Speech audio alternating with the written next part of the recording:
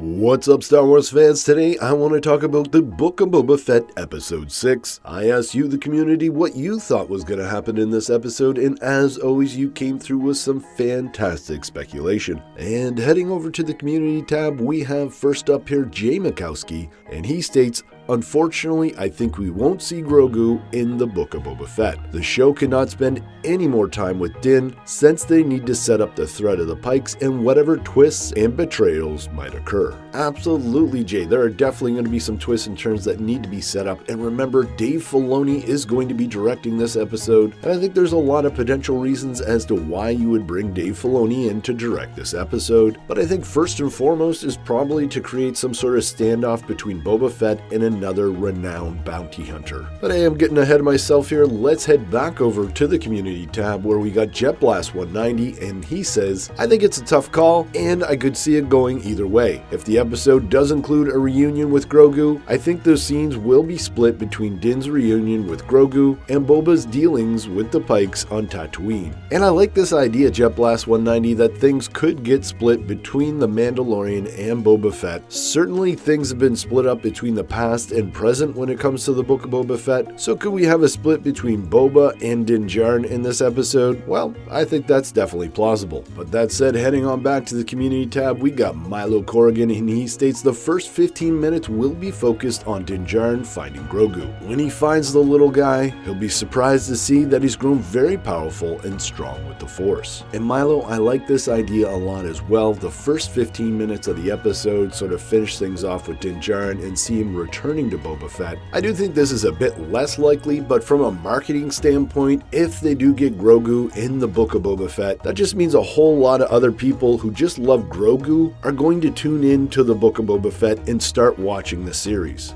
But moving on here, we got the Medieval Man 9 on the community tab, and he states, "One thing Dave Filoni is known for is his fondness of bringing in a character or characters from other shows or movies designed to get us to say, 'Holy crap.' And I think we're going to see Mando get a few lessons in how to use the Darksaber safely, so that he can use it like a badass when the confrontation happens with the Pikes." And hey, Medieval Man 9, that makes a lot of sense. I like the idea of Din being able to come in and really whoop some butt using that Darksaber and showing us some growth in the character. And a lot of people are speculating that it's going to be Luke Skywalker that's going to train Din Djarin in using the Darksaber. But the Medieval Man 9 has another original and interesting idea for us. He suggests the person who will train Din Djarin will be Sabine, because don't forget, she still has Ezra's lightsaber. And a lightsaber, as Sabine found out personally, is the perfect tool to use when teaching someone how to start using the Darksaber properly. And for me personally, a huge fan of Star Wars Rebels, you know I'd love to see Sabine training Din Djarin with the Darksaber, not to mention seeing Sabine using Ezra Bridger's lightsaber. That would be